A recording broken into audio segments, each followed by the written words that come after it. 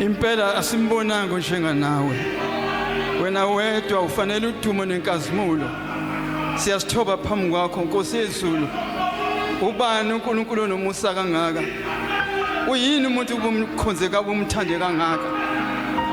Uvume ukwehle ezulwini uzozenza umuntu ebantwini. Wafela amacala ethu. Wasinikezela igama elikhulu lokubizwa kuthiwa singabantwana bakho. Siyathoba kuwena. We give all the honor and glory. We praise you, Lord. We love you. We adore you. We worship you, Lord. In the mighty name of Jesus. Kuyashaya izandla simnikezele udumo. Omdala wensuku. Yena yedwa ophakeme unezintaba oneke umhlaba phezulu kwamanzi. Gqokisa ulwandle ngamafu azinqolobane zamaqwa. Akekho ofana naye. Nguyizolo, kuye namhlanje, kuye naphakade. He is worthy to be praised. He is worthy to be praised. He is worthy to be praised. He alone is a sovereign God. There is none like him. Praise the Lord. Angithathele lithuba siyabonga kakhulu. Praise and worship team. Siyambonga uNkulunkulu ngani. Siyabona standard siya ngokunyuka njalo. Sibashele izandla, shela uNkulunkulu. Angithatha ithuba ngibingelele umfundisi wami uba umbuyazi noma umbuyazi noma uMdladla nabafundisi bonke akhona umfundisi Ngubane nomfundisi kodwa ngaze uma ngivuyela futhi uhlahla Hlabisa nabonke abafundisi abakhona ngibingelela ibandla lonke likaKristu egameni elihle lenkosi Jesu Kristu. Amen. Siyabonga kakhulu bazalwane. Angicale nje before ngenze lokho ngithunyiwe congratulate onke ama graduates. Congratulations. Siyabonga kakhulu uNkulunkulu ngani. Ngibonga kakhulu ubonga Nkosi le speech asenzile so encouraging, very challenging. Siyabonga kakhulu ngicela simshayele izandla. Briefly angizuba mude bazalwane ngoba le isifundo engicela isenze just an introduction. Kodwa ngiyathanda ukubonga kakhulu sakhuluma ubonga ukuthi education plus Jesus. Ke ngithi mina uNkulunkulu methole umuntu ofundile futhi onoJesu nemfundo ayucream umuntu. Impela bazalwane ngiya encourage njalo. Nina senibasha thina sometimes ke kufike lokho njenganami nje ke ngithi ngingene PhD ngilifakele athi mamdla sengamceba bazalwane athi mamdladla wangihlupha kabi wena ezimasters istress sakho sibeka phezulu kwami maze wenza PhD kusho nami uzothola istress sakho so ke manje manibona ngaligqoke ebovu nekuyena ke bazalwane. Kodwa ngithanda ukusho bazalwane ngikubonile ukuthi ukufunda kuyasiza ngokusithoba nje. I've been to the United Nations. Ngahlala ama ambassadors from all over the world. Kwakuyi ministry by education. Ngangiye ngokwe ministry kodwa education eyenza ukuthi ngize ngiyokuhlala nama ambassadors ngoba la ngifunda khona kwadinga ukuthi siyobuka kwakuthiwa khona I summit on disarmament khona ngendaba zoma nuclear. Kodwa sekuthiwa i-college engafunda khona kwathiwa thina njengama student asame so observer eNew York. They paid hlala hotel for the whole week bakhokhela yonke into sahlala nama ambassadors ngathola ithuba lokuthola nami ambassador la eSouth Africa ngathatha isithombe nayo ngenxa ye Ministry Plus education. So ngisho ukuthi ngampela noma ugcotshwe kanjani kodwa uyayidinga imfundo ngoba ikusiza ukuthi kuvulele iminyaka ngazi indawo sengisihambile eziningi kodwa ngibona ukuthi it's not because of anointing. Yes, because of umsebenzi kaNkulunkulu kodwa okuningi indawo engene kuzona it was because of education. So education is very important. Uyazi ukuthi uPaul yes babekhona uPetro nabanye abapostoli kodwa umuntu wacacisa kahle insindiso uPaul ngenxa yemfundo yakhe. Yakhulu bazi bamgceke wazathi umunye hayi engathona uPaul ngathi imfundo yakhe yakuhlanyisa ngoba bewona uPaul ekwazi ukunpheka izinto ezithile abangavumelana ngazo. Niyazi ukuthi ngokwamanye oPetro nabamanye thina sesilahlelwe ngaphandle thiwa thina esimukela uJesu kamuva sengabe izizwe uma singasokile asifanele singathathwa ngamathi ngempela abasindisiwe. Kodwa uPaul ngemfundo yakhe wathi no akusekho umGreek namJuda umuntu nje kuphela esidala esisho basokha ngenhliziyo. So ukufunda kwakhe kwamenza ukuthi understand ukuthi insindiso is not ukuthi masusindisiwe sefuna ugcina amasiko abaJuda nawo usoko. Ngokufunda kwakhe sangena nathi. So ngisho ukuthi i-importance of education ibaluleke kakhulu bazalwane. Noma uNkulunkulu esigcobile verse number 1 insindiso kodwa futhi ne-education iyadingeka kakhulu. Siyambonga kakhulu uNkulunkulu bazalwane. Kusangena kulesi sifundo nginaso namhlanje. Ngicela sishayele umfundisi wethu izandla.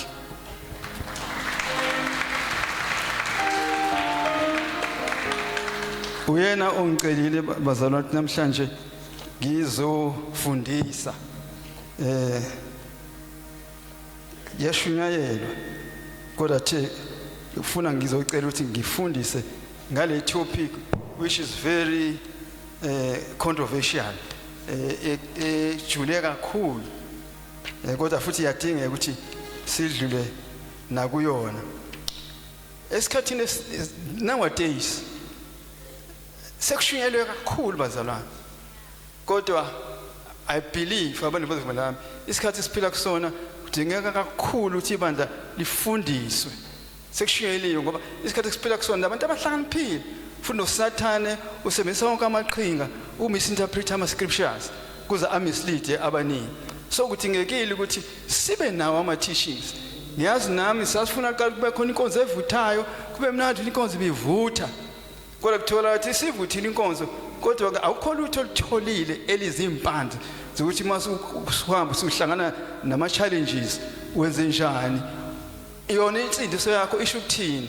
What are the benefits emhlabeni okusindiswa kwakho? Egcineni kuzokwenzakani? Ngaphandle nje ngazi ukuthi inkonzo ibimnandi ngisekele kuJesu. Kodwa what about your salvation, understanding i-religion yakho, understanding inkolo yakho kuhle kakhulu. So kufuna ukuthi uunderstand ngenkolo okholelwa kuyona. Ngiyathanda ibandla laseBerea lithi iBhayibheli babethi noma sekushayeliwe babehlala phansi bayihlole imibhalo ukuthi lento abakhuluma ngayo iyona yini kuphela. Babengaqindi ukuvutha emoyeni kodwa basekuvuthiwe sesivutile emoyeni ukuthi akusohlala phansi sihlole imibhalo ukuthi iyona yona yini.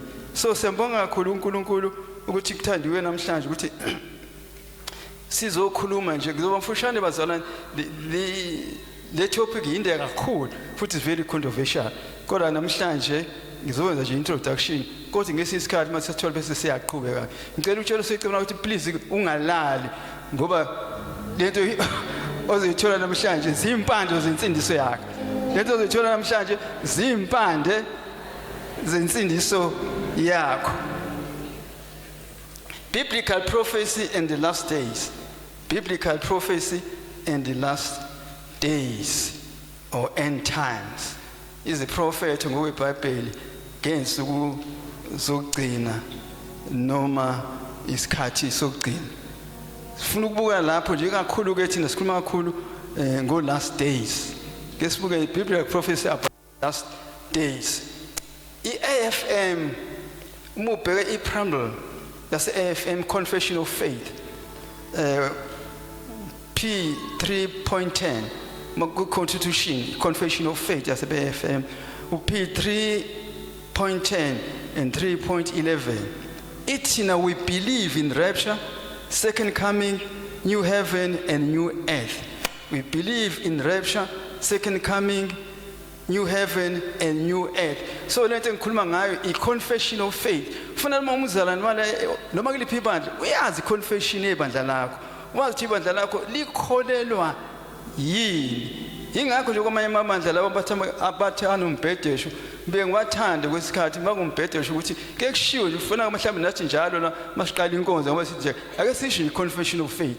Sazi ukuthi ibandla esikulona yini elikholelwa yona, sikholelwa yini. Ngoba ngithola ukuthi khona oseno 10 years asindisa, 20 years asindisa kodwa akayazi confession of faith ibandla lakhe. Akazi ukuthi ibandla lakhe likholelwa yini.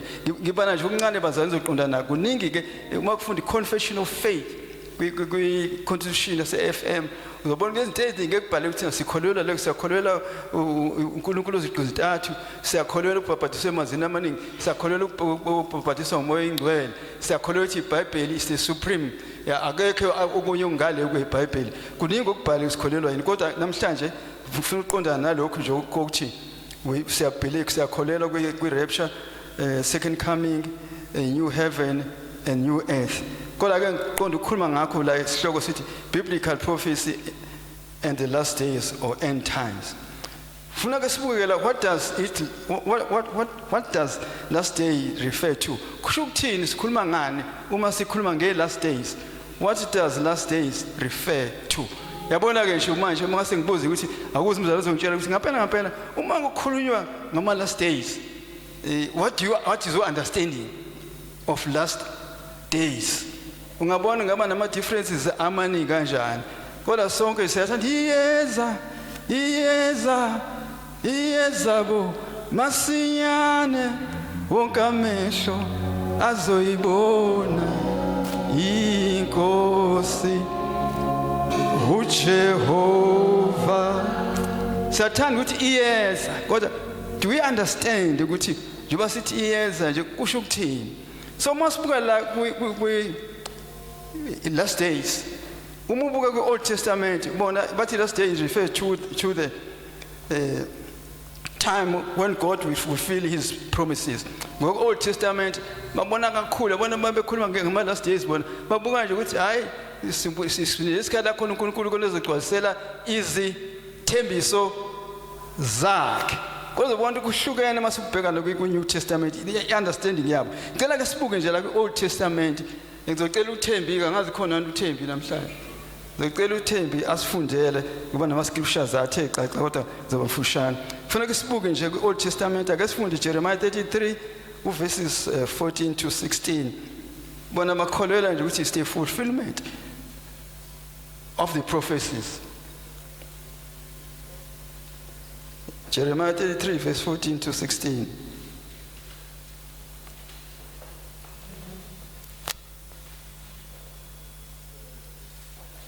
Jeremiah 33 verse 14 to 16.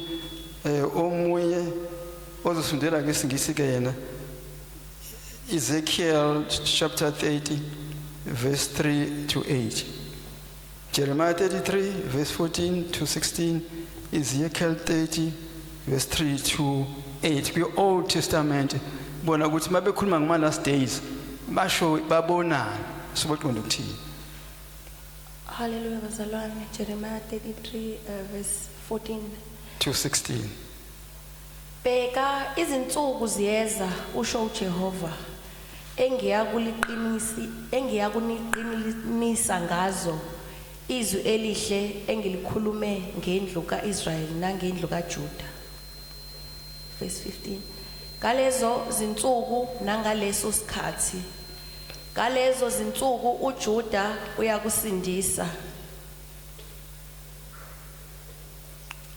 To 16. Short version.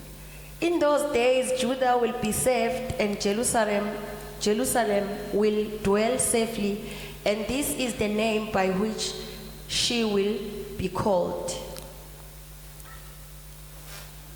So Felix 16. Let me start with verse 14. Version yami ifishane yesiZulu la bazalwane. Behold, the days are coming, says the Lord, that I will perform that good things which I have promised to the house of Israel and to the house of Judah. Verse 15. In those days and at that time I will cause to grow up to David a branch of righteousness. He shall execute judgment and righteousness in the earth. Verse 16. In those days Judah will be saved and Jerusalem will dwell safely, and this is the name by which she will be called. Ngicela sifunde basisha ngeze kodwa ngiyabona bazana ukuthi bona bafocuse ekutheni lesikhathi la khona uNkulunkulu uzogcwalisa izithembiso zabo. Njengoba kade bona bethunjiwe bakuma exile. Ingqondo yabo bajakho bona nje ukuthi ama last days ila khona fulfilleka izithembiso zabo ngokwala emhlabeni. Kodwa ngicela sifunde ngesiZulu. Sifunda ku Jeremiah 33 verse 14 to 16 ngesiZulu. Ufundeka kanje. Bheka ziyeza izinsuku kusho uSimakade lapho ngiyakufeza izwi elihle engilisho kuyo indlu kaIsrayeli nendlu kaJuda. Ngalezo zinsuku nangaleso sikhathi ngiyakuhlumisela uDavide ihlumela lokulunga. Liyakwenza ubulungiswa nokulunga emhlabeni. Ngalezo zinsuku uJuda uyakusindiswa neJerusalema liyakuhlala livikelekile. Yileli igama eliyakubizwa ngalo elithi uSimakade ungukulunga kwethu. Ake sifunde Ezekiel 30 verse 3 to 8. Sicela sifunde ngesiZulu khona. Those who are English speaking, please read it in English because of time. Yena we will read in Zulu bese ngicela ukuthi laba abaphethe awesingisi just read it in English. Kodwa manje we read it only in Zulu. Ezekiel chapter 30 verse 3 to 8. Okay, verse 3 to 8. Okay. Jesus, Holy Spirit. Verse 3 to 8. Fundeka kanje. Liya kufika oh sorry ngisofunda isiXhosa. Akekho phethele isiZulu. Thembi uphethele isiZulu asifundele.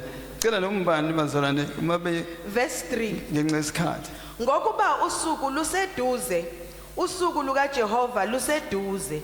Luya kuba usuku lwamafu nesikhathi sabezizwe.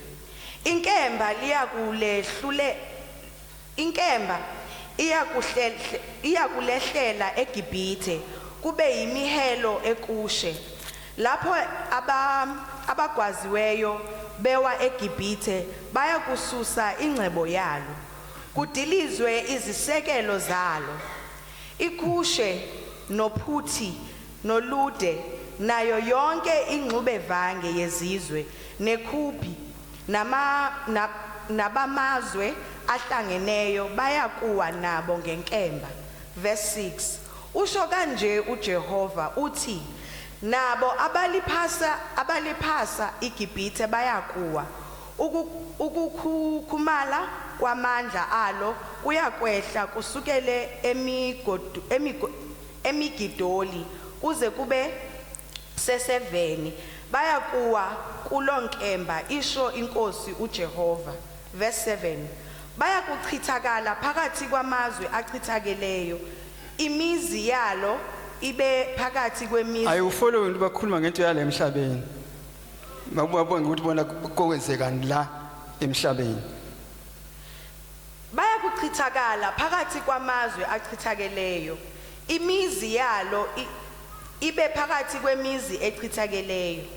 Bayakwazi ukuthi nginguJehova lapho sengiphembe umlilo eGibhithe baqothozwe bonke abasizi balo.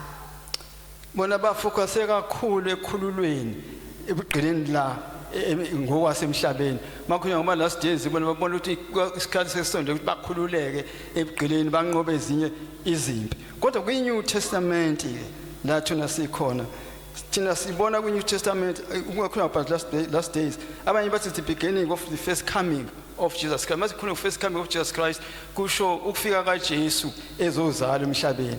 So kwiNew Testament abanye bathi uma sikhuluma ngezi kuzogcina ziqaleni nini ukuzogcina. Mangase ngibuze ukuthi ngokwakho ngokwethi when the beginning of the last days ziqaleni nini uma sikhuluma ngezi kuzogcina sikuzona noma senza noma sezaqala. So ufuna ukubeka kwiNew Testament. New Testament ke large bathi is a controversial. Ababhala abanye babona ngenye indlela abanye basho ngenye indlela.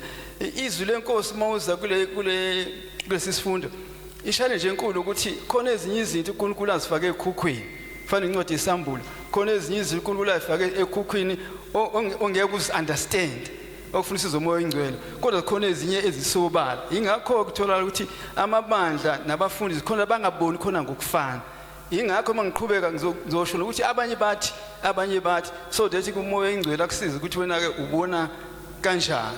So ingakho uthola ukuthi khona ezinye izinto abanye abangasibona ngeindlela abazibona ngeindlela ngoba kukhona izindlu uNkulunkulu asifake ekhokhwini esingakwazi ukuthi kwayiqonda ukuthini la. Kodwa ke sibonga lo uNkulunkulu asembulele khona according to Deuteronomy 29 verse 29 imfihlo zikaJehova wathi kwembuliwe ukweni nabantwana benu. Futhi sibuka la kwiNew Testament but the last days began with the first coming of Jesus Christ the Messiah. So but mhlawumbe uJesu nje that was the beginning of the last days. Khona iview ebona kanjalo. Funa sifunde Hebrews bakuthatha la scripture Hebrews 1 verse 1 to 2. Either English or Zulu is okay. Hebrews chapter 1 verse 1 to 2.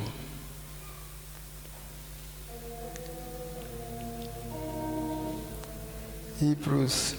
Mhlawumbe ngathi osethole eqala nje uthi mamdlaze umnika 100 rand. Osethole eqala ngesikhathi athi lacu. Hebrews chapter 1, Verse 1 and 2. verse 1 and 2. The supremacy of God's Son. Verse 1. Long ago, at many times and in many ways, God spoke to our fathers by the prophets. Verse 2. But in these last days, he has spoken to us by his Son, whom he appointed the heir of all things. Through him also he created the world. This is in the New Testament that in these last days, basho ngesikhathi ngakazalwa ngisho kuzala kodwa bathi bona in these last days God spoke to us blah blah blah. Sifunde masisha ngesizulu.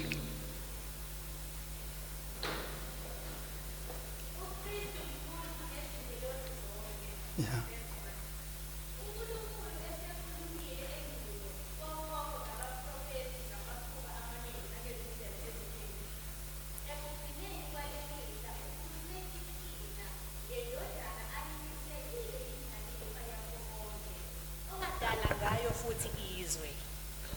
Yabona ke bona bathi sibabona sebesesikhathini sokugcina in these last days uNkulunkulu ukhulume kanjani. Izenzo chapter 2 verse 14 to 18. Izenzo chapter 2 verse 14 to 18. The view of the New Testament last days has already begun. Kusho ukuzogcina sivele sesingenile kuzona. Abanye bathi asekangeni it says. Abanye bathi according to the scriptures sesingenile ensukwini izogcina. Izenzo chapter 2 verse 14 to 18 Zulu or English. Kufundeka kanje. Isihloko sithi intshumayelo kaPetru.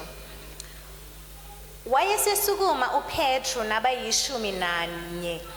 Waphakamisa izwi lakhe. Waphumisela wathi kubo, madoda akwaJuda nani nonke enakhileyo eJerusalem. Makwazeke lokhu kini. Nibeke indlebe emazwini ami ngokuba laba kabadakiwe njengokucabanga kwenu lokhu kuse ihora lesithathu lemini kodwa lokhu kuyikho okwakhulunywa ngomprofeti uJoel ukuthi kuyakuthi ezinsukwini zokuphela kusho uNkulunkulu ngiyakuthulula umoya wami phezu kwayo yonke inyama amadodana enu namadodakazi enu ayakuprofetha izinsizwa zenu zibone imibono abadala benu baphuphe amaphupho yebo naphezu kwezinceku zami nezincekukazi zami ngiyakuthulula umoya wami ngaleyo mihla ziyakuprofetha. Simela ukuthi when do we think the last days began? La uPetru sayazi indaba ngosuku lwePentecost kwakuthiwa badake mabekhuluma ngelimi babahle badake uthi uPetru njengoba wakhuluma kuJoel abadakiwe vele uJoel waprofeta ukuthi ngezinsuku zogcina kuthule umoya wami phezu kwenyama yonke. So nje banibona la begcwasa ngomoya ingcwele vele ke sekuconfirmeka ukuthi wa in the last days. So kushubona bakhuleka ukuthi the last days fokufika kwaJesu it was the beginning of last days. So kuwehla kamoya ingcwele it was the confirmation ukuthi we in the last days ngeyabo iview New Testament. First John chapter 2 verse 18. 1 John chapter 2 verse 18. 1 John chapter 2 verse 18. Oyithole eqala zomnikeza 10 rand hayi uncane 10 rand. Oyithole eqala yomnikezelo 100 rand. Kufundeka kanje.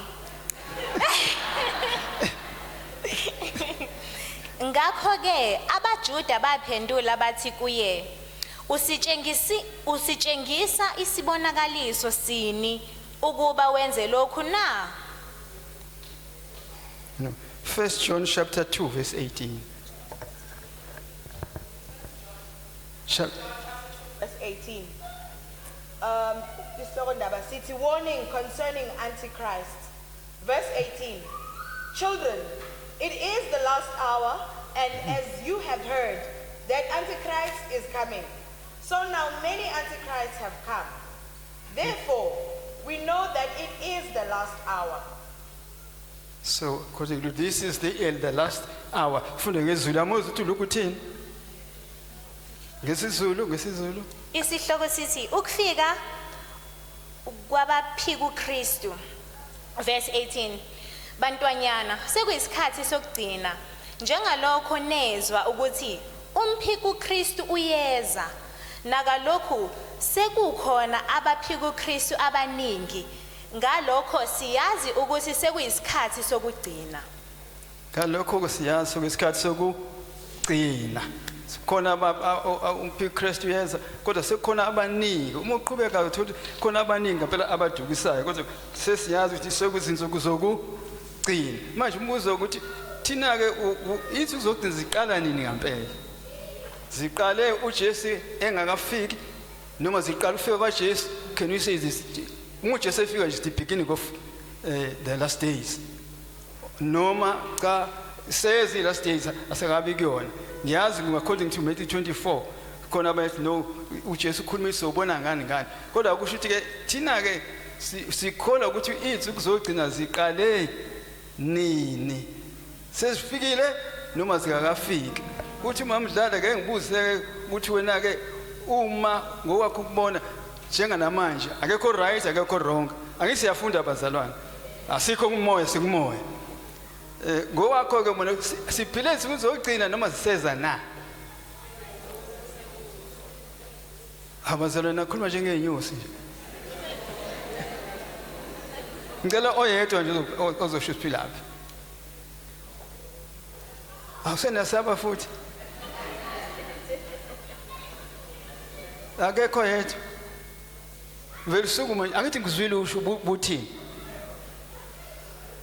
Okay. Oh siyabonga. Khuluma. Manje bathi khona ukhuluma ngala. So ukuthi siphila namvumela. Ayishaya izandla.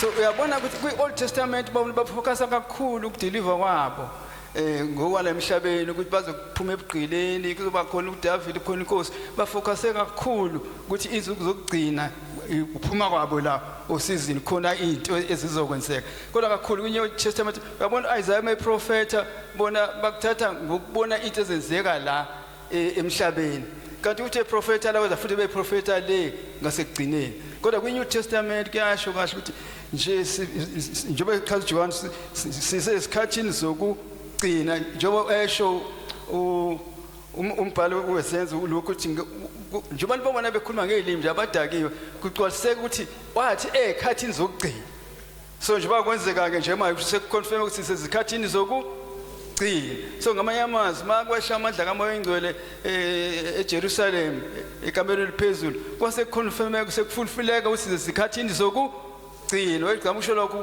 uPetru njengoba asho so in the New Testament abantu bakholelwa ukuthi we are already in the last days banifuna sibukeke la uma kukhulunywa ngama last days kunama sequence events noma yini ama sequence igameko before sifike la khona kuma last days kunegameko esidlula kuzona noma ngasho before ngithi mase sikuma last days you are already in the last days uma sesikuma last days kukhona igameko the sequences ezenzeka sequence events enzeka la ku last days number 1 iyona ke le esimikiyona ke namhlanje irapture sigameko nje so ekhathini zokugcina sifuna ngazo kukhona irapture ngekhathi zokugcina kukhona tribulation irapture lokuhluthwa kwebandla bese bakhona tribulation ukuhlushwa kwebandla bese kuzoba khona second coming ukubuya kaKristu ngokwesibili bese kuzoba khona labathi imillennium bese kuzoba khona new heaven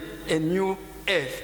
So umubuka ke kumakhulunywa ngekhathi zokugcina akwazi ukukhuluma ngekhathi zokugcina zingangeni lezi zinto, akwazi ukukhuluma ngekhathi zokugcina ungakhulumi ngerapture, akwazi ukukhuluma ngekhathi zokugcina ungakhulumi nge-tribulation, ukuhlushwa noma ukuhlushwa noma ukuhlupheka noma ukuhlukumezeka. Akwazi ukukhuluma ngekhathi zokugcina ungakhulumi nge-second coming of Christ, akwazi ungakhulumi nge-millennium, ungazi ungakhulumi nge-heaven and earth. So ngenxa yesikhathi ke sifuna sibuke sonke konke lesikhathi sifuna ke sifocus ukuthi what is the meaning of rapture, kuyokwenzekani ngesikhathi se-rapture. Tribulation, lokuhlushwa kwebandla, lokuhlupheka okukhulu noma ungasho kwebandla, lokuhlupheka okukhulu kokwenzeka kanjani, kobe kwenzakani yini eyenza ukuthi abantu bahlupheka, obani ababehlupheka, obani abongena kwi-tribulation, obani abayongena kwi-tribulation, kokwenzeka lokho ngasiphi isikhathi. uJesu uzobuya nini, usebuyile noma usazobuya na? Bese siba millennium la kubusa khona uJesu ayobusa khona nebandla, bese bakhona umhlaba izwe elisha nomhlaba omusha. It's a very challenging controversial. Izulu elisha nomhlaba, ngase ngibona izulu elisha nakhona futhi sichaza ukuthi what does it mean, kusho ukuthini ngabona izulu elisha, kusho ukuthini ngabona umhlaba omusha, kasekho saba khona enye izulu elisha yini, thina sathi izulu khona likhona, kodwa manje ngezwe inkosi lasofunda khona ngabona izulu elisha nomhlaba omusha. Kodwa ifocus ke namhlanje ngena ke sibuke kakhulu kwi-rapture, just introduction. What is rapture? Kusho ukuthini ngokwe-rapture? Bachaza ngendlela eziningi ke laba ababhalayo. The word rapture is taken from the Greek word but hapazo, mean to snatch out or to taken up, to snatch out ukuhlwithwa. Masikhuluma nge-rapture sikhuluma ngokuhlwithwa. Ukuhlwithwa kwamanje mangabe umuntu kuthiwa mhlwitha usho ukuthi umthathe by force. So awuvelanga nje umthetho, awazi ukuthi ngihlwitha kodwa umcelile wathi please buza kumina. Kodwa kusho ukuthi makwi-rapture there's a force ezothatha abantu, ayisukuncenga ukuthi ngiyacela ukuthi ngiyacela mfundisi ubonga, ngiyacela ukuthi asikhuphuke sezulwini. There will be a force like a magnet, kuthi bayohlwithwa like a magnet. Akukho la kubuza ukuthi uyathanda yini ukuhlwithwa noma uthanda. Kusho uNkulunkulu yena odecidayo ukuthi obani ufunale bahle, who will be reshape, who will be snatched out. uNkulunkulu odecidayo. So kuyohlwitha i-rapture ke leyo. Bese kuba khona ke engifuna ngicela siye kwi-tribulation, ngoba i-tribulation nayo inezinto eziningi, ama-debate amaningi, kodwa sibe singene kuyona. Kodwa ngifuna sibuke la khona ukuconfuse khona abazwana abaningi, sibuke i-rapture and second coming. Abantu abaningi bayahlanganisa ukubuya kwenkosi, ukuhlwithwa kwebandla nokubuya kwenkosi. Bathatha ukuthi into eyodwa, i-rapture and second coming. Ngicela ukubuza kubazalwane, yini umehluko between ukuhlwithwa kwebandla nokubuya kwenkosi ngokwesibili? What is the difference between rapture and the second coming? Uthi mamdlali sokunikeza 100 rand. Yini umehluko phakathi kwe-rapture and second coming? Ake ngibuze nje bazalwane ke, sicabanga ukuthi ukuhlwithwa kwebandla sekubona ukubuya kaJesu kwesibili. Kushayela izandla. Siyabonga bazalwane, isikhathi esiphila kusona la ku social media kunemfundo imfundiso eziningi.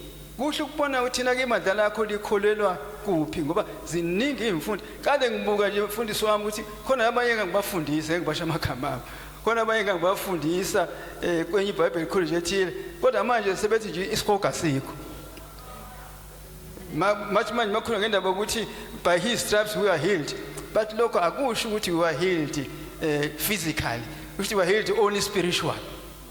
Ama-theologians, odokotela manje uma khuluma ukuthi ngemivimbo siphilisiwe, akushiyi ukuthi siphilisiwe emzimbeni, kusho siphilisiwe spiritual, bakushumayela impela lokho. So ingakho ukuthi kuhle ukuthi isikhathi bazalwane noma siyakuthanda ukuba semoyeni, kodwa ke sihlale phansi sifunde ukuze singathatheki kalula ilezi imfundiso ezigcwele. so funa na usibona ukuthi yini umehluko between i-rapture and the second coming.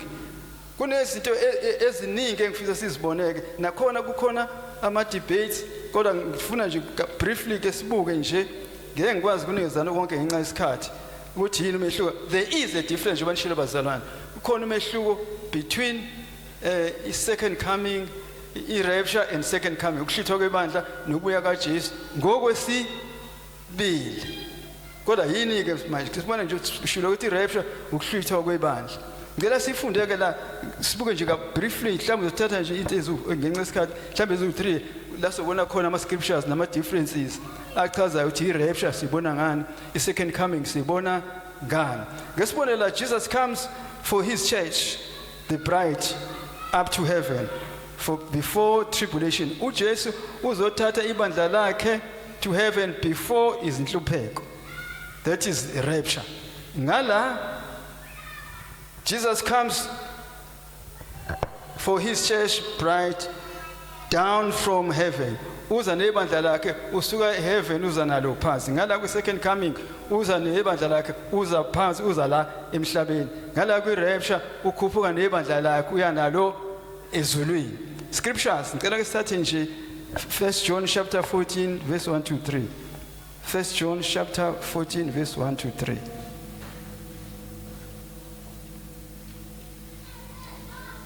Jesus comes for his church bride to heaven before tribulation. uJesu uza nebandla lakhe uyahluthana lezulwini before tribulation. That is rapture. Kanti ngala Jesus comes with the bride from heaven after tribulation. Ngala ku second coming uza nebandla lakhe after tribulation. Ngala uza nebandla lakhe before tribulation. Kune debate ke lapho. Kodwa ngicela sifunde ke John chapter 14 verse 1 to 3. Usifundele. Sengajola ma minute. John chapter 14 verses 1 to 3. Ifundeka kanje. Isihloko sithi I am the way and the truth and the life. Verse 1. Let not your hearts be troubled. Believe in God, believe also in me. In my Father's house are many rooms. If it was not so, would I have told you that I go to prepare a place for you? Verse 3. And if I go and prepare a place for you, I will come again and take you to myself. And where I am, you will also be. Where I am, you also be with me. Colossians chapter 3 verse 4.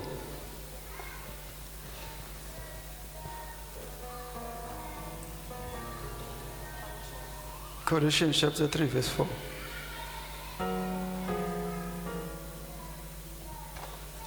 Colossians chapter 3 verse 4. When Christ, who is your life, appears, then you will also appear with him in glory. Uma uJesu appears, we will appear with him in glory. La uJesu siza naye uza nebandla eza emhlabeni. Ngala uJesu uhluthwa ibandla liza kuyena emkhathini. Kodwa uzokuthola masiqhubeka ngama scriptures. Ake sifunde Hebrews chapter 28. Hebrews chapter 9 verse 28.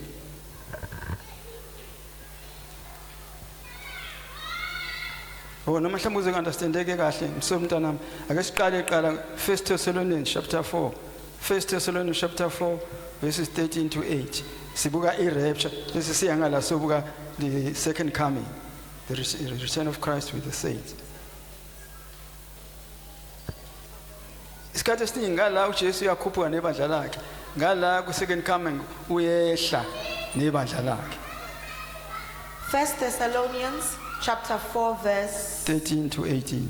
verse 13 to 18. Sithi sihloko, the coming of the Lord. Verse 13. But we do not want you to be uninformed, brothers, about those who are asleep, that you may not grieve as others do who have no hope. Verse 14. For since we believe that Jesus Christ died and rose again, Even so, through Jesus, God will bring with him those who have fallen asleep. For this we declare to you by a word from the Lord, that we who are alive, who are left until the coming of the Lord, will not precede those who have fallen asleep. For the Lord himself will descend from heaven with a cry of command, with the voice of an archangel, and with the sound of the trumpet of God. And the dead in Christ will rise first. Then we who are alive, who are left, will be caught up together with them in the clouds to meet the Lord in the air. And so we will always be with the Lord. Verse 18. Therefore, encourage one another with these words. Ngicela sifunde ngale futhi in English. Siyabona ngala uthi ibandla liyahlwitha. Khona kufuna sifunde ngala in English. Zechariah chapter 14 verse 4. Zechariah khona kufuna ukuchaza. Zechariah 14 verse 4. Zechariah chapter 14 verse 4. On that day his feet shall stand on the Mount of Olives that lies before Jerusalem on the east. And the Mount of Olives shall be split in two from east to west by a very wide valley, so that one half of the mount shall move northward and the other half southward. Okay, ngicela sifunde ngesiZulu bazalwane. Ukhiya omkhulu wenza ukuthi ungakhohlwa. Kwi first coming kwi rapture sohlangana naye emafini. Ake siyazi ukuthi chaphasha. La somhlangabeza inkosi kuphi? Emafini nangu yeza. Hallelujah. Lelazi lokucula. Somhlangabeza emafini. Kodwa ngala kwi second coming uyena ozayazi ukuthi chaphasha. Aza emhlabeni kodwa kwi rapture akezi emhlabeni thina sithathayo sisephezulu ngicela sifunde kahle ngezulu khona kuzounderstandeka kahle lapho sifunda khona Zechariah chapter ngicela siqale ngala kwi rapture safunda i-rapture 1 Thessalonians chapter 4 verse 13 to 18 sibuka la khona i-rapture ukuthi ihluke ngani second coming i-rapture ke yona ithini 1 Thessalonians chapter 4 verse 13 to 18. First Thessalonians chapter 4 Yes. verse 13 to 18. verse 18 to 18. Ukuvuka kwabafileyo. Kepha asithandi bazalwane ukuba ningabi nakwazi ngabalalayo, ukuze ningadabuki njengabanye abangenalo ithemba. Verse 14. Ngokuba uma sikholwa ukuthi uJesu wafa wavuka, ngokunjalo ke uNkulunkulu uyakubaletha nabaleleyo kuJesu kanye naye. Verse 15.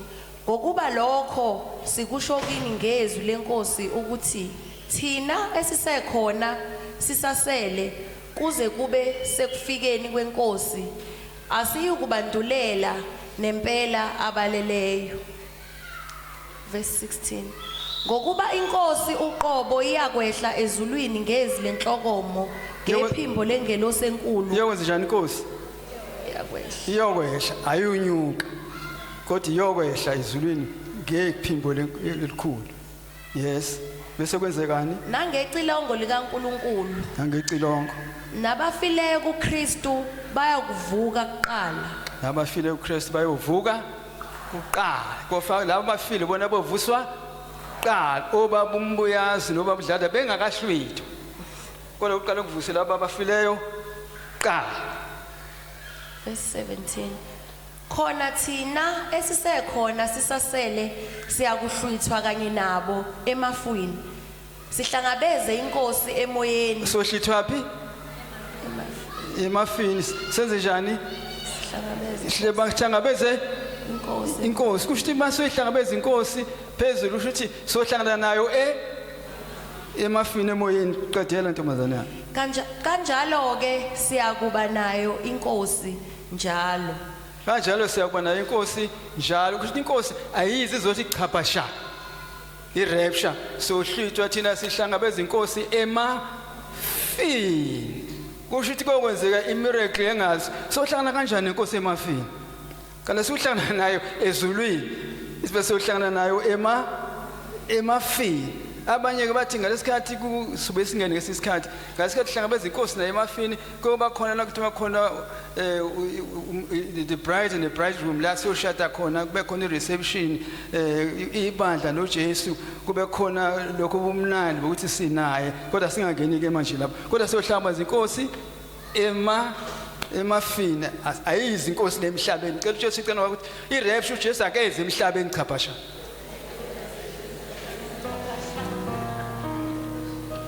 irapture ke le second coming ke manje ukubuya ke kukaJesu kwenzekani sibona kuchaza kahle kuZakaraya chapter 14 verse 4 ngicela sifunde ngezulu kuphela Zakaraya chapter 14 verse 4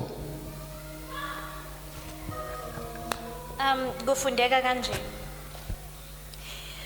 izinyawo zakhe ziyakuma ngalolo suku entabeni yeminqumo ubani okhulunywa ngaye angithi siyabona ukuthi uJesu yes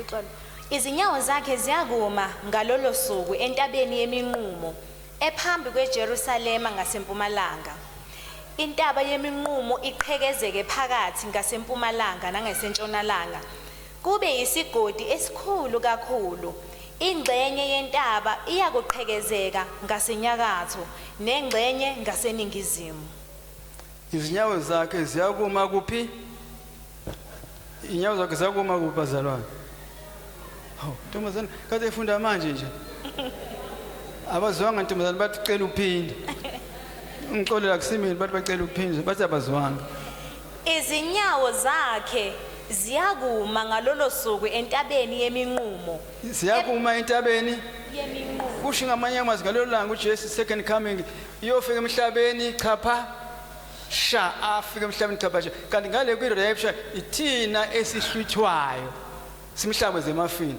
ngala ku second coming sehla naye esengasena umsindisi lo yakade simazi sesehla naye la manje esezokwahlulela kodwa futhi eseza ngolaka ukuthi laba bangahluthwanga bona bazothola lokho kufanele bakuthole kodwa thina sisindisiwe ukuthi sihlaba inkosi emafini kodwa izobuya nathi azathi phola nazi thina newahlulela ngisho iglosi uma senibuya naye na so umehluko between i-rapture and the second coming okubalekile ukuthi uJesu kwi-rapture simhlabeze emafini yena ohlayo eze kuthina ithina esikhuphukayo sekuyena simhlabeze emafini so besixoxa ukuthi kwenzekani ke le mafini there's something very good enzekayo kwela ngesikhathi simhlabeze emafini engesikwazi ukungena kuyona bese kuthi ngala ku second coming wehla manje esehla ke nathi esizochapasha la emtabeni yemnqumo uthi kokuzokwenzekani ngesikhathi ehla nebandla ezala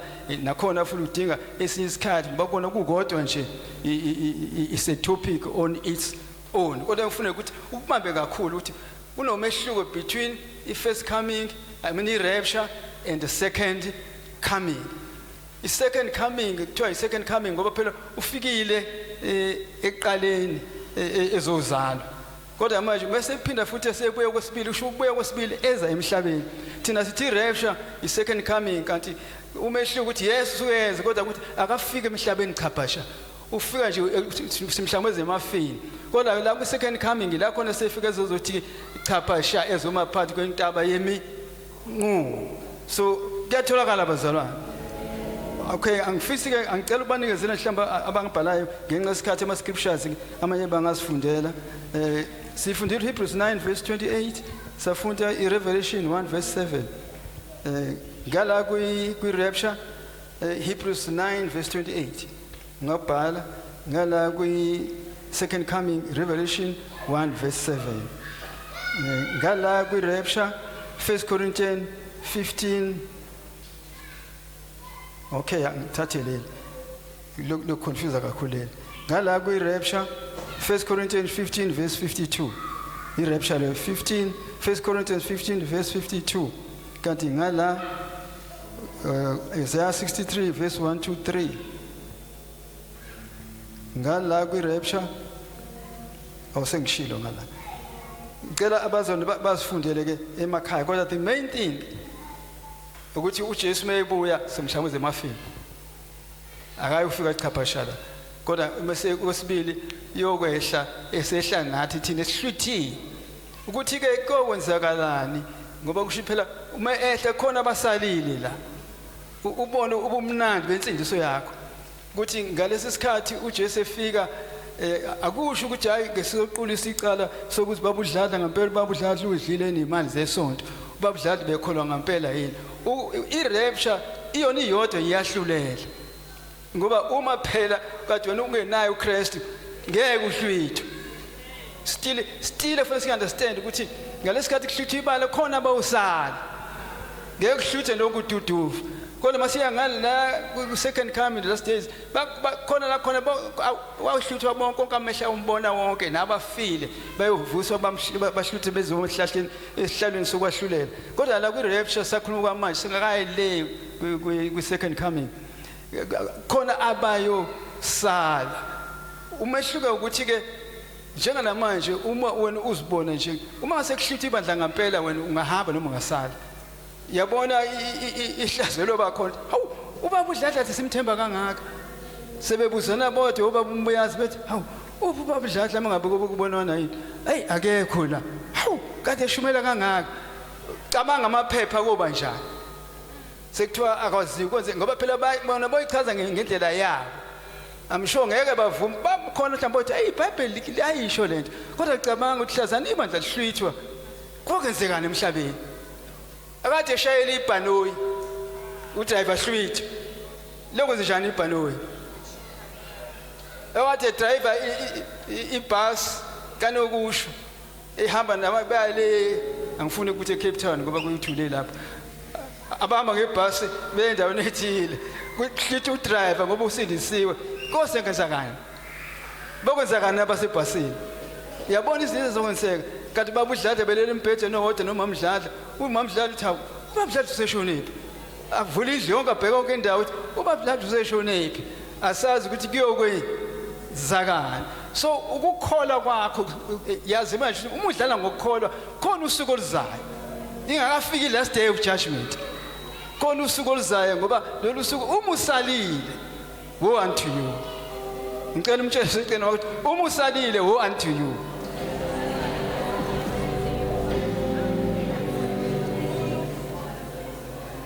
la ke bazalwane yila khona ufuna sikulindele kakhulu ngoba ama views athi ke imandla lelo lohlwithwa la khona ama different views engifuna ukuchaza ngawo before ngihlale phansi kunama different views ke la ukuthi ibandla liyohlwithwa bese emva kwalokho kube khona inhlupheko ezinkulu ama Bible colleges nama theologians nabafundisi there are different views esongena kona ngichaze ukuthi abanye bathi according to the scriptures so that uzobona kwena ukuthi uthini kodwa uma siza la kwiresh bonke bavumelana ukuthi uma ibandla sehlithiwe kukhona isikhathi se-tribulation la khona kuba khona ukuhlusha omningi la khona ingilozi yolaka kochitha ulaka la khona sazi ukuthi kuba khona amathumbu kofa abantu abaningi konke lokuhlupheka okuzoba khona bonke bavumelana kothatha 7 years the time of tribulation kodwa la behlukana khona ke kukhona abathi ibandla lohlwithwa ukuze lingangeni kwi-tribulation khona abathi no ibandla liyongena enhluphekweni likusho inhlupheko liyongena liphakathi nendawo zothi inhlupheko maseziqalile ibandla lingena khona abathi no ibandla liyongena enhluphekweni ngase kugcineni so kukhona abakholwa pre-tribulation kusho ukuthi ibandla lohlwithwa before lingene kufika ukuhlupheka tribulation khona bathi mid tribulation immediate tribulation bathi hayi ibandla lokungena enhluphekweni halfway bese kukhona bathi post tribulation i-post tribulation bathi no ibandla belongena inhlupheko zofika kamuva ibandla sehluthiwe khona bathi no ibandla lizongena enhluphekweni khona bathi no ibandla longena halfway khona bathi no ibandla ngeke lingene nje total ikuphi enokukholelwayo ukuthi ibandla lizongena nale nhluphekweni halfway noma ibandla longena enhluphekweni ngasekugcineni noma ibandla ngeke lingene nje enhluphekweni.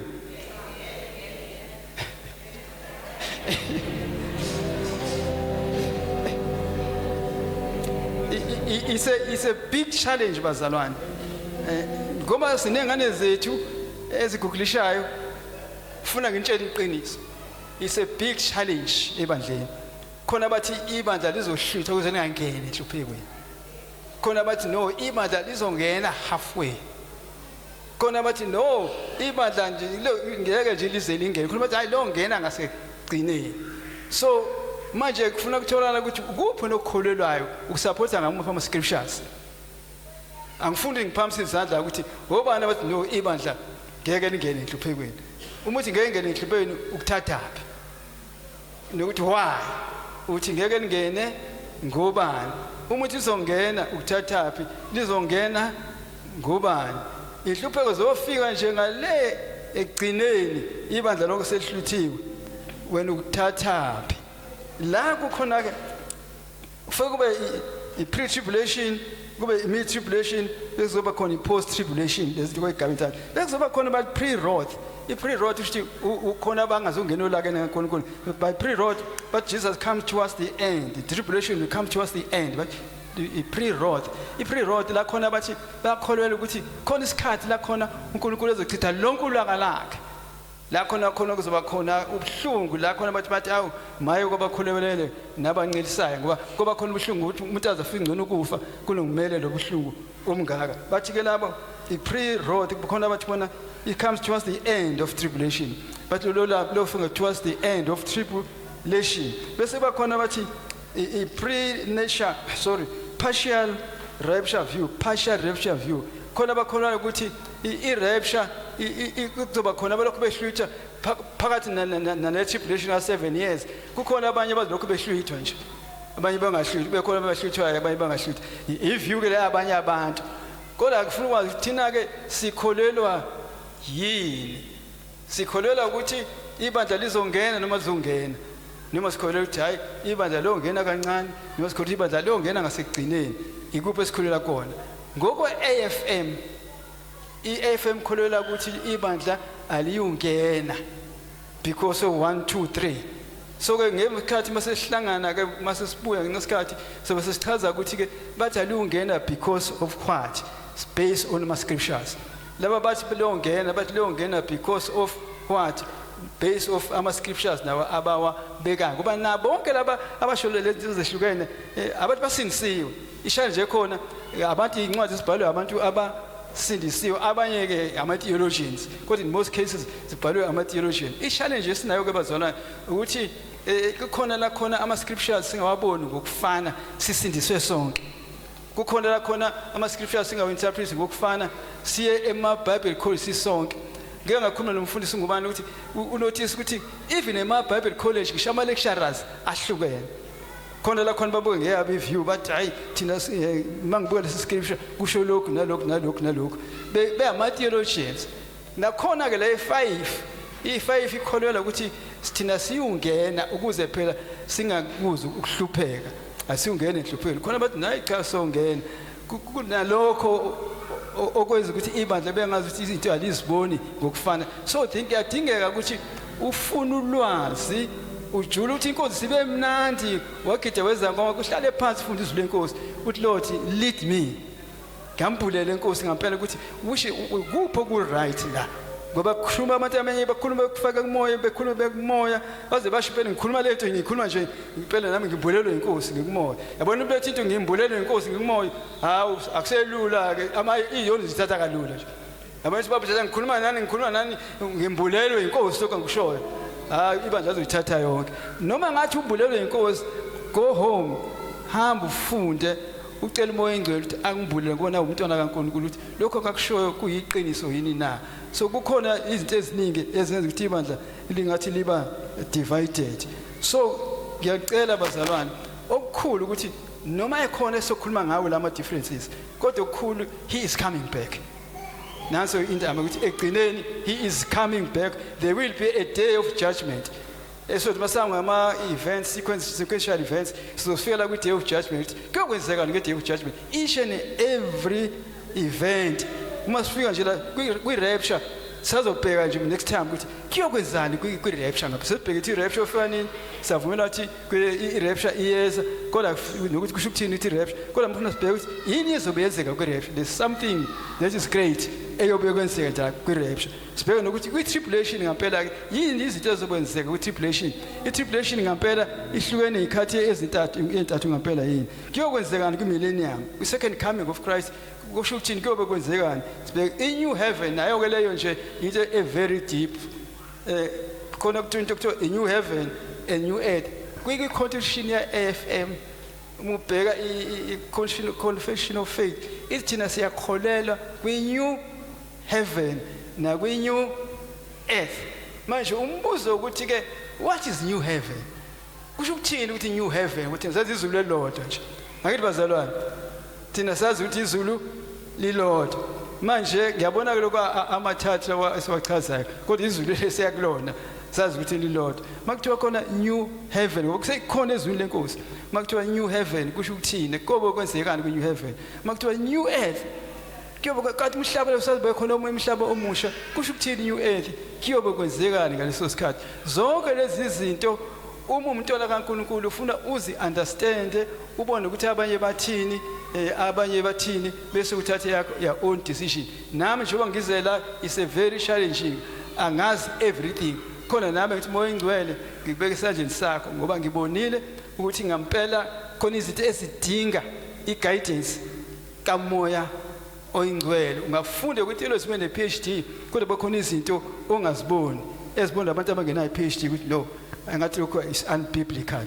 so kuhle ukuthembela mawufunda izwi lenkosi ukuthandaza ucela moya ingcwele ngembulele moya ingcwele ukuthi yiwuphi efuna ngikwenzela fortunately I have taught in different theological institutions ngibukile i-theology yase-university ukuthi university theology yabo injani ngayibuka i-theology yakuma-seminars ma-bible colleges ukuthi i-theology yabo injani engikunotisile nje ukuthi ngampela kuhle ukuthi noma seme ngaphambili efundisa uthisha kodwa uhlole imbhalo uze umoya engcwele ukuthi uthini uyabona nje engikunotisile kuma-seminary ngoba nami ngangifundile nami e-bible college kuma-bible college sifocuse kakhulu kuthina kuma-bible college sifuna ukufunda izwi lenkosi sibona ifundo lenkosi ihluba kanjani la ema-university is more about critical thinking ma uthi khothi ubhale i-assignment uthi ubhale ivesi bazovumelana nami obaba umbuyazi ma uthi ubhale ivesi wenze i-assignment ukhothi ivesi bavele bakubhale inothi encane bathi don't preach this is an academic paper ngala abasho don't preach this is an academic paper balalele ukuthi uthathaphi lama scriptures ngala e-university kakhulu thina la e-KZN la ngafunda khona bamonga ukuthi must be able to critique izinto la e-USA bafuna ukubona une-information engakanani so ma ukuhlangana nama-Americans ngezwi lenkosi langani bahamba bo-Seattle bane-information America is a lot of information thina ngala sime kakhulu ukukritika yini ukukritika ngezulu ukucwanika so uma nje uyala labantwana abaze ema-university nje baze ema-university bafuna kakhulu ukukritika ukuthi ukritika ukuthi uchitha ngani lokhu ukusupport uma yana nga-America bafuna kakhulu ukuthi information onayo ingaka nani abantwana bonke basendlini kanjalo nama-Bible college khona abafuna ukukritika kakhulu khona abafuna ukuthi ngifuna ngithole as much information as I can so siyadinga ukuhlala phansi sihlole izwi lenkosi so ngalawo mazi ningicolele ngenxa isikhathi asikho wonke lama-topics so lesiwathatha sithi go deeper and deeper angazi mhlawumbe ngesisikhathi socela ukuthi kube khona mhlawumbe abazalwane imibuzo abayoyibhala after i-presentation noma after isifundo babhale imibuzo sokuthi uma sesihlangana mhlawumbe ngoba ama-Bible study abazona beyizwi kuwona mhlawumbe uma sekuhlangana siqale ngokuthi-ke sibuke leyo mbuzo abayibhalile kodwa akusho ukuthi ophendayo wazi konke ngoba only God knows everything thina we try our best kodwa nawe unelungelo lokuhlala phansi uyihlole imbhalo he is coming back lokho asikudoubt. He is coming back, get ready. Ibandla qala lizohlwithwa hlangabeza inkosi emafini ngale uzobuya yena angingasho ukuthi is coming back uzohlwitha ibandla lokuqala emva kwalokho uzobuya kazi uchaphasha entabeni noma semele entabeni yemnquma kokwahlulelwa khona kodwa wena ufuna ukuthi make sure ukuthi kwi-rapture uyahlwithwa ihlangabeza inkosi emafini. uNkulunkulu anibusise.